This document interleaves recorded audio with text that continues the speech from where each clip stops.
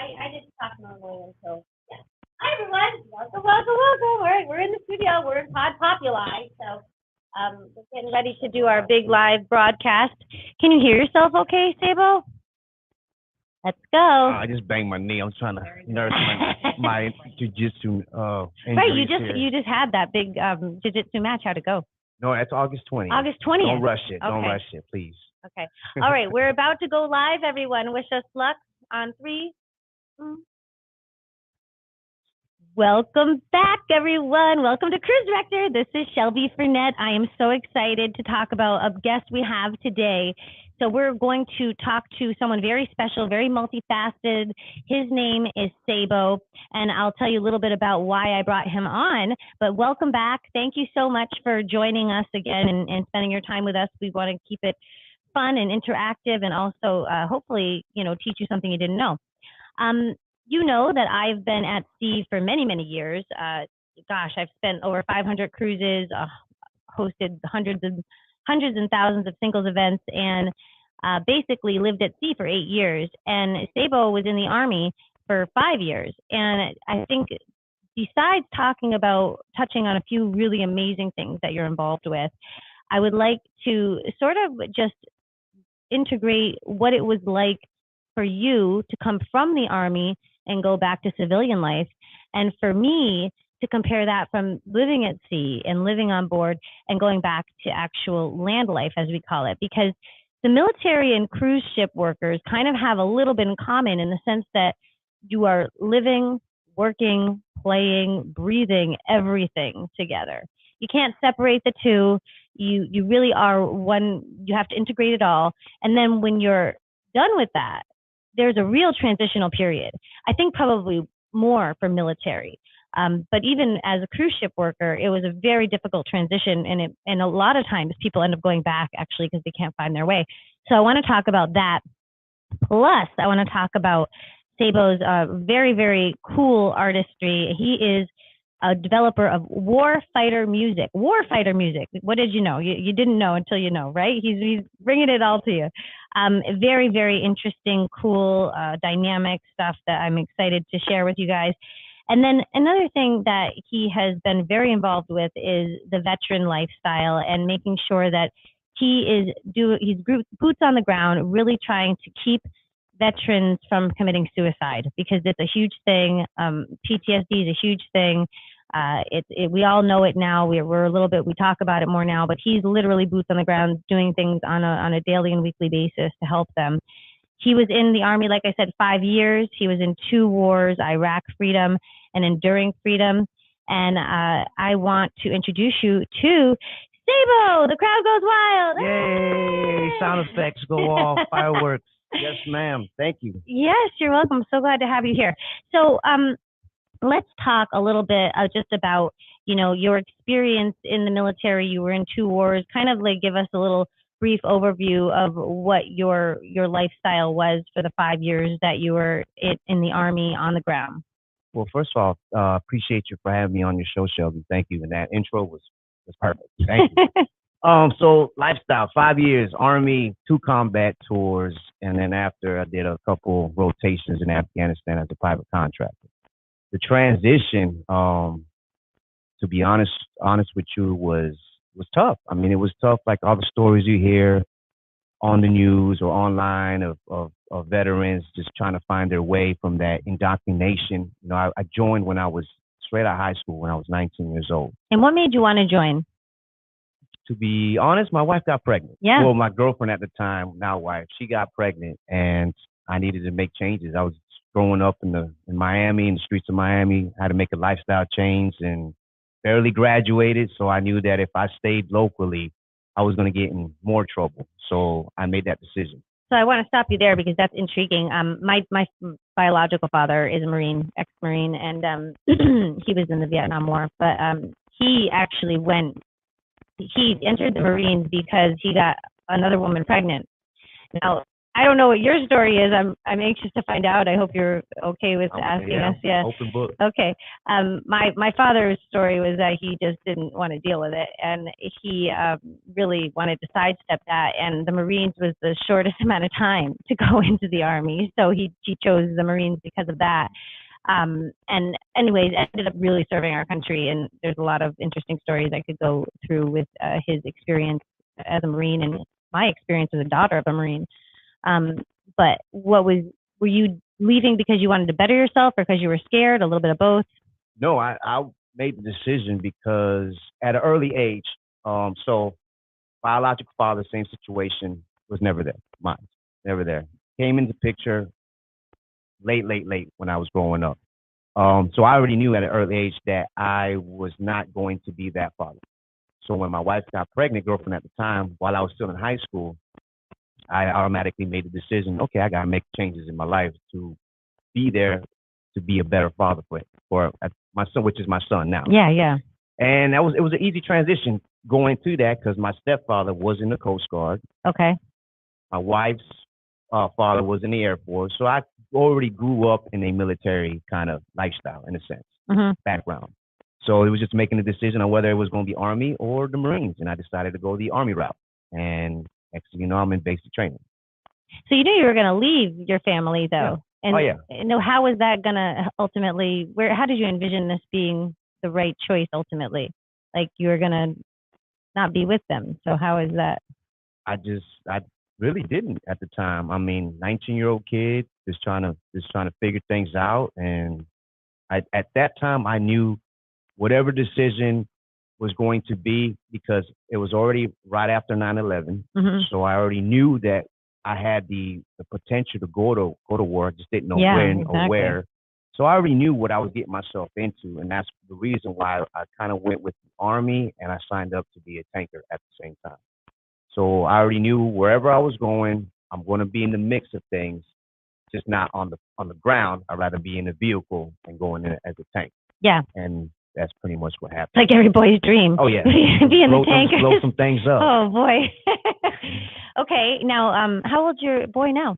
He's turning 21. He's 20 now, turning 21 next year. Wow. Okay. I also just want to mention we have a kindred spirit here too because Joel had that same experience where his dad wasn't around and he wanted to be a good dad. I often tell him that I believe that good dads skip a generation because kids that have good dads don't appreciate them. They don't know how good they have it. They don't know how hard it is to get men. I don't want to generalize men, but a lot of times men aren't showing up for their kids, and like it makes such a big difference in the development of the kid. Absolutely. So I always say, our son totally takes it for granted. Does your son, or is he getting there? He's 20 now, so maybe he understands a little more. I would hope so. I know probably my youngest son, even maybe. I don't think my daughter does, but I think my youngest one is the one that is going to take it for granted because he's around. I'm around now. I'm not being deployed. Yeah. I'm not touring on music as much, so it's like I'm constantly there, and I'm working telework from home. Right, so right. It's like these kids though, they have it so good. They don't realize, but you can't get a child to understand the value of something that they are just given. And it's such a weird human dynamic. I always find it so interesting that you can't really appreciate. You can't teach someone to appreciate something. It's such a weird human thing. Anyway, all right. So you were 5 years and you were blowing stuff up and you were in Iraq and in a real war, probably hopefully one of the last ones that fought like that, I hope. But then you decided to transition to civilian life, obviously, because you could stay. I did. I mean, after 2 tours, my second tour, after being banged up several times, surviving several explosions, surviving the loss of close friends. I was mentally, physically, and spiritually just broken down. So I had to make that decision to, keep gambling with faith because I knew I was geared up to do maybe 3 or 4 more, going on my 3rd or 4th deployment. So I just had to make a decision that, I called it quits basically. And I get out while you still can. Get out while I still can. And with the little bit of sanity that I had left, and in 2007, I made the call and got out. Okay, so I know you lost a very, very good friend, and I want to honor that person. If you'd like to tell a story about them and the experience that you had, and what touched you, and what you'd like to sort of sprinkle around the world, a message from him. I think we're ready for that. Sure, absolutely. You know what's funny is I totally forgot we spoke about that, Hmm. and I'm working on my latest album now. And a couple nights ago, I couldn't really sleep, and I woke up in the middle of the night, and my album's already turned in. It's Hmm. turned in. It's working on an album release date, and something told me to. And I woke up at around 3, 4 in the morning, and I had an epiphany to be like, I need to add a third part series of honoring and recognizing the brother my roommate who I lost in Iraq. And immediately that next morning, I went in the studio. I immediately found the first beat I heard and started writing to it. And I submitted to my engineer, and it's in the process of landing on the album. So yes, so Jonathan B. Shields, Sergeant Jonathan B. Shields, I lost him in Iraq in 2004 in the Battle of Fallujah. I, a lot of us barely survived that battle, and it's one of the famous battles that the Army was involved in, especially our unit. And he lost his life. I was driving. He was gunning, tank commanding at the time. And years have passed. I still try to honor and his name to the best of my abilities, Right. and continue his. Can you give us the story, like as you picture it? Because most of us have not been anything near this type of situation. So for us, it's very foreign. We just watch it on movie screens. What did that day like? Can you tell us how that day turned out for you? Like, Yeah, I mean, it how do was. you remember it? I can't remember how long. I mean, he died on. It was Veterans Day for you guys back at home. It was November 11th, but for us, we're a day ahead in fighting, and it was so he died on November 12th. And I remember, just going in there. I can't remember. I think 2, 3 days into the Battle of Fallujah, and we were physically exhausted from constantly fighting So you're 24 just hours. basically there's just people on one side and people on the other, and just throwing bullets at each other. Basically, said we were throwing Sabo rounds and big rounds, not. Well, I was in a okay, tank, but yeah. rounds.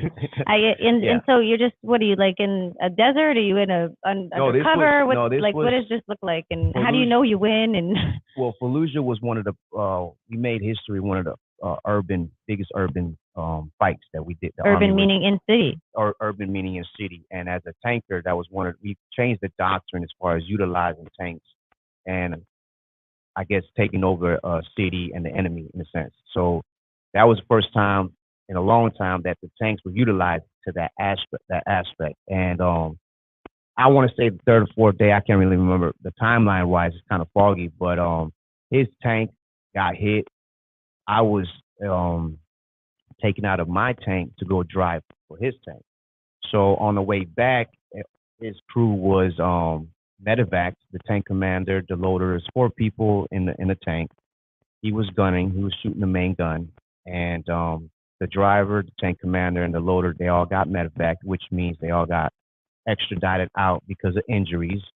And I don't know how far I got to break No, that's a certain jargon medevac. We down. understand Okay. from even from cruise ships. But Okay. So I got tasked out to drive for his tank, and on the way back, I was following my tank, and my tank got hit in the back of the tank maybe a day prior. So we didn't have the heat shield to prevent dust kickoff.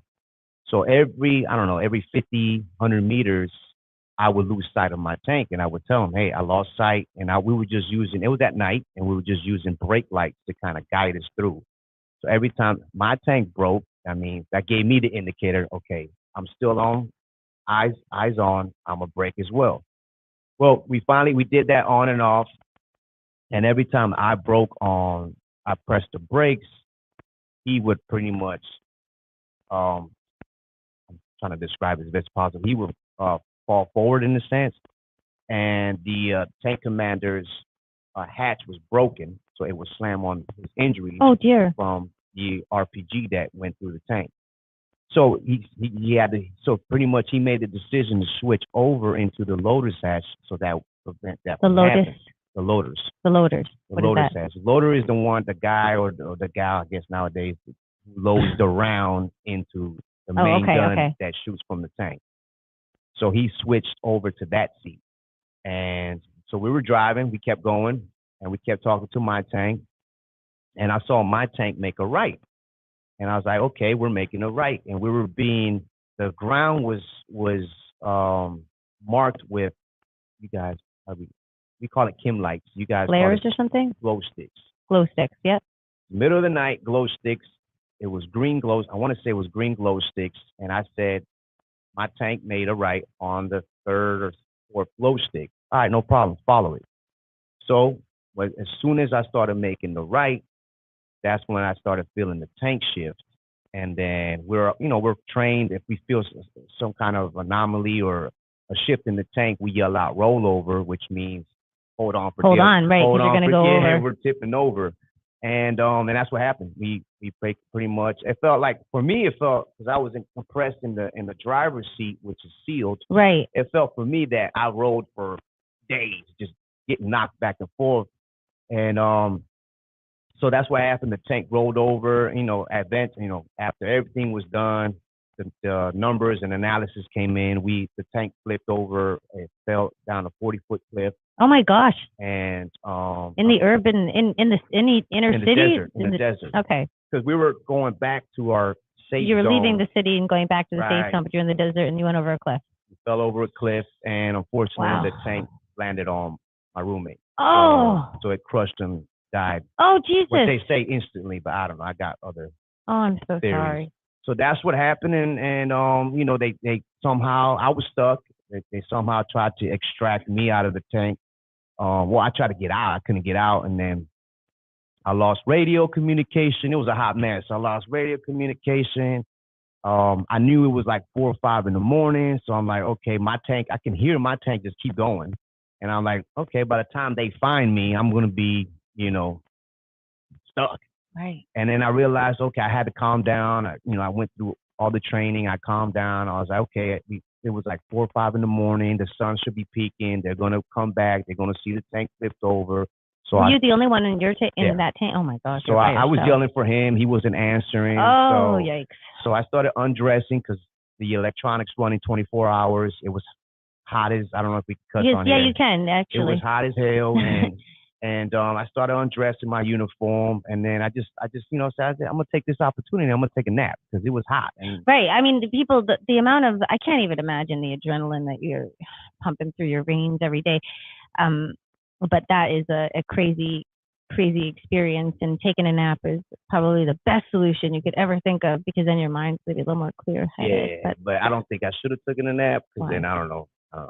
In hindsight, like, if I would have took a nap, and I probably would have stopped breathing because all the fumes, and I don't know. It was just one of those things. But I was like, I should take a nap, relax, wake up, and everything's gonna be fine, type of thing. And eventually, when I was calmed down, I started messing with the radios. I got them fixed, and I made contact, guided my tank and my platoon to come pretty much extract me out. They all jumped down there. They had to use tools to pry me out. I got out, and then that's when we started the search for my roommate. And my other Army buddy found him, and that was it. And we pretty much had to get up, grieve for 5-10 minutes, and get back into the fight. Right. Well, in his honor, I will very much look forward to hearing that song. And I'm also a bit of a singer. I love to sing. I'm not a great singer, but I love to sing. And I think it moves me into a different spiritual realm. Yes. And that's what I bet your war fighting music is about. Is getting all this, all that heaviness. All that, you just can't really put into words what music makes you feel, but you can get the feeling out through the music. Exactly. Yeah. Well, that's a very intense experience. I guess I do have a couple questions before we go on to like the transitional period of getting back to civilian life. What did you think of the war? Like, did you feel like the war was worth? Why were we there? Do you feel like we had a good reason to be there? Do you feel like the people that you were fighting had the right information, or is it more like, these are just directives coming from above, we do what we're told, and both people don't know why they're doing what they're doing, I guess? It's a pretty loaded question, but we're talking about, I'm 38 years old now. We talk about, I'm a little bit more seasoned than I was at 19 years old. For sure. balls to the wall, gunning. At the time when I was there, it didn't really matter to me. I mean, Okay. it didn't matter to me because at the end of the day, when we landed there, I mean, we were there for weapons of mass destruction, which we still haven't found, right? So what's the real objective here, you know?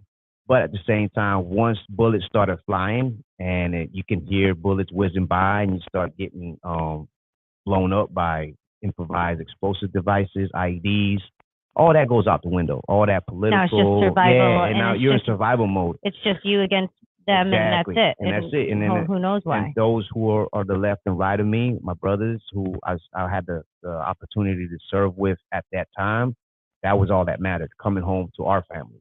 So whoever the enemy might have been, or whoever the enemy was at that time, whoever they point and say, hey, that's your enemy today. Tomorrow it might be this person. So, But I feel like as we get older, that's how I feel. Like I feel like they just make these decisions of who the enemy is on whatever is going to benefit them on right. some high level. You know, it's not really.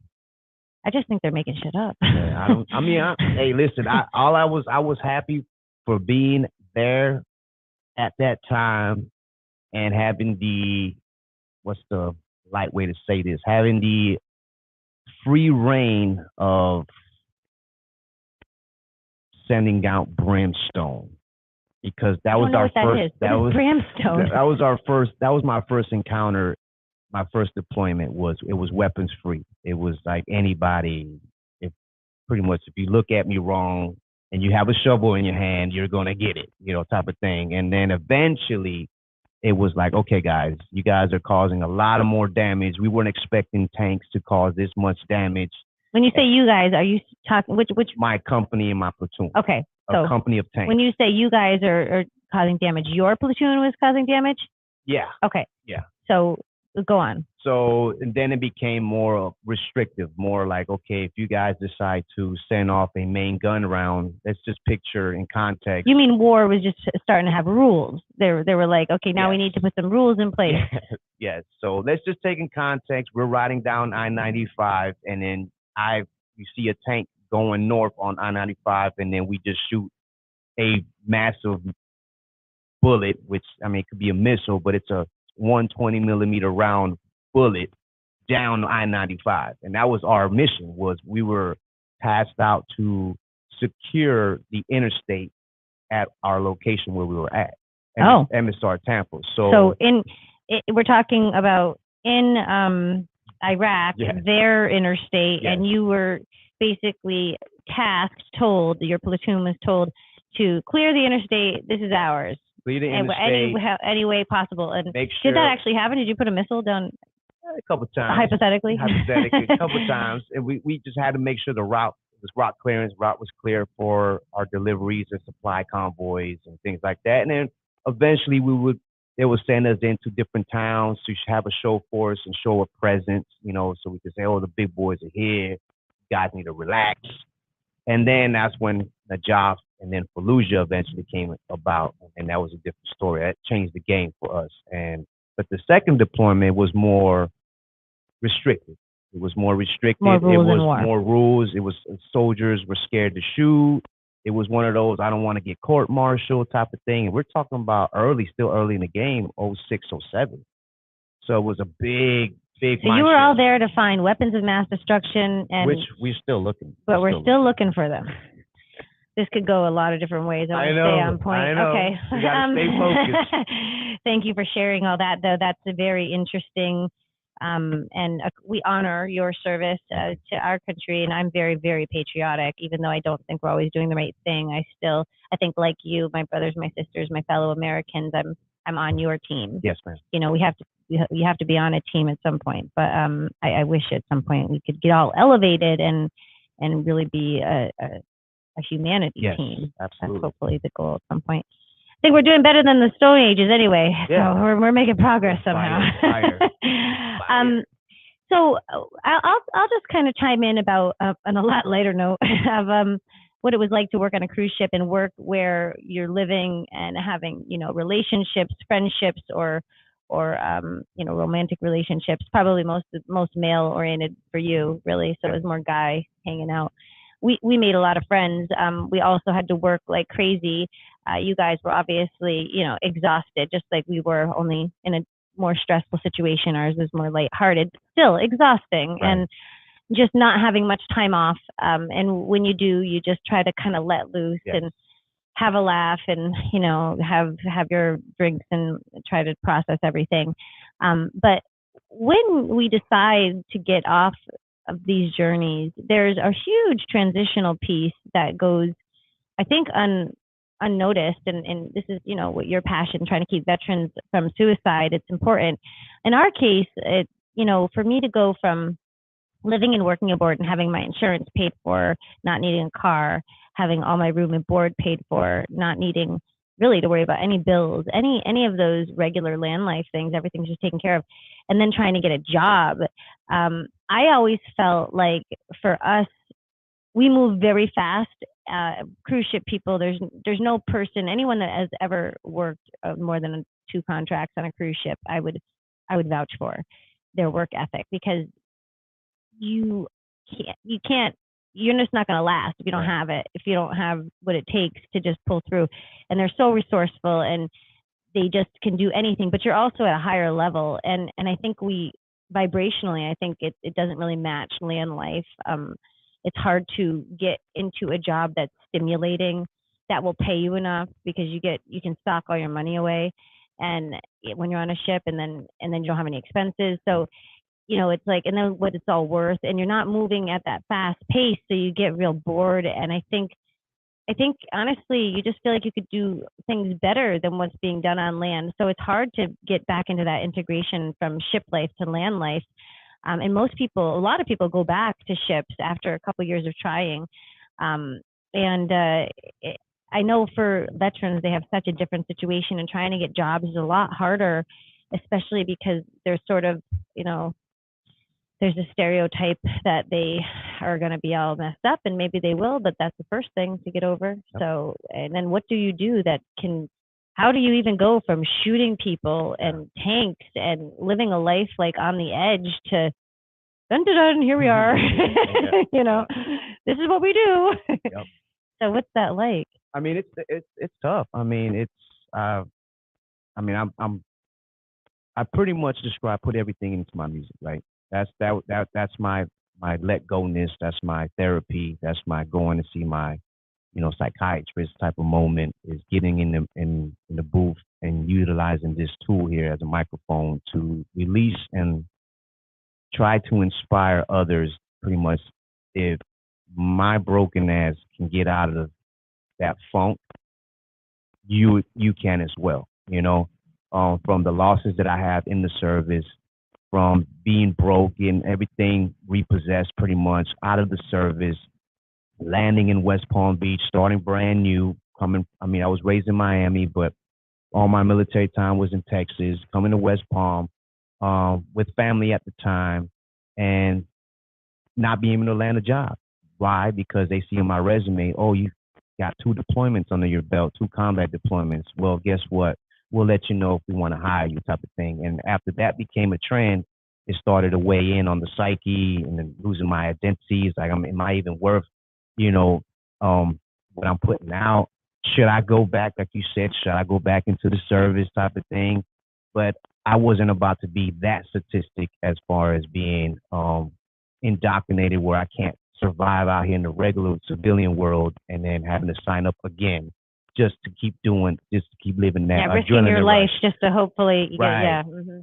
So yeah, it was super tough, and luckily, my wife and my kids were my foundation. And then eventually I got a job, and eventually I went back overseas to kind of check the box as a private contractor. And it's like every step, was a progression to where I'm at now.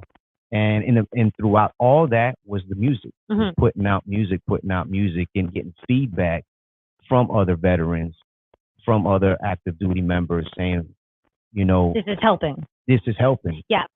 So Sabo, and you can get all of his information on www.nsa-entertainment.com. That's www.nsa-entertainment.com. So definitely check that out, and I'll remind please. you at the end, and I'll put it in when we launch this podcast, which will be in a couple weeks. We'll obviously put all the information in there too.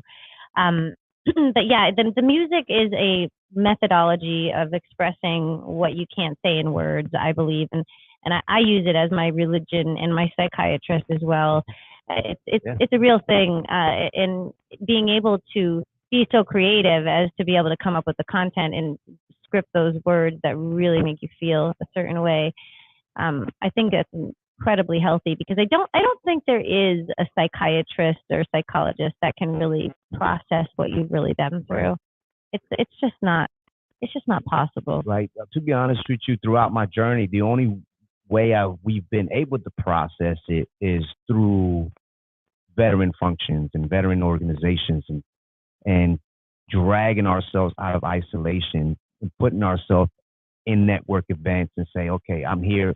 What's my mission here? Well, my mission here is to meet other veterans and try to come up with the commonality and say, okay, we're both been through the shit together. Let's figure out how we can build each other up and move on, and try to inspire other veterans to be, business owners or entrepreneurs or whatever the case may be, and kind of push the agenda forward. And that's where Warfighter Music kind of came into play. Yeah. I noticed, we met at a networking event too. Daniel Hartwell, such a great guy. We appreciate you guys connecting us.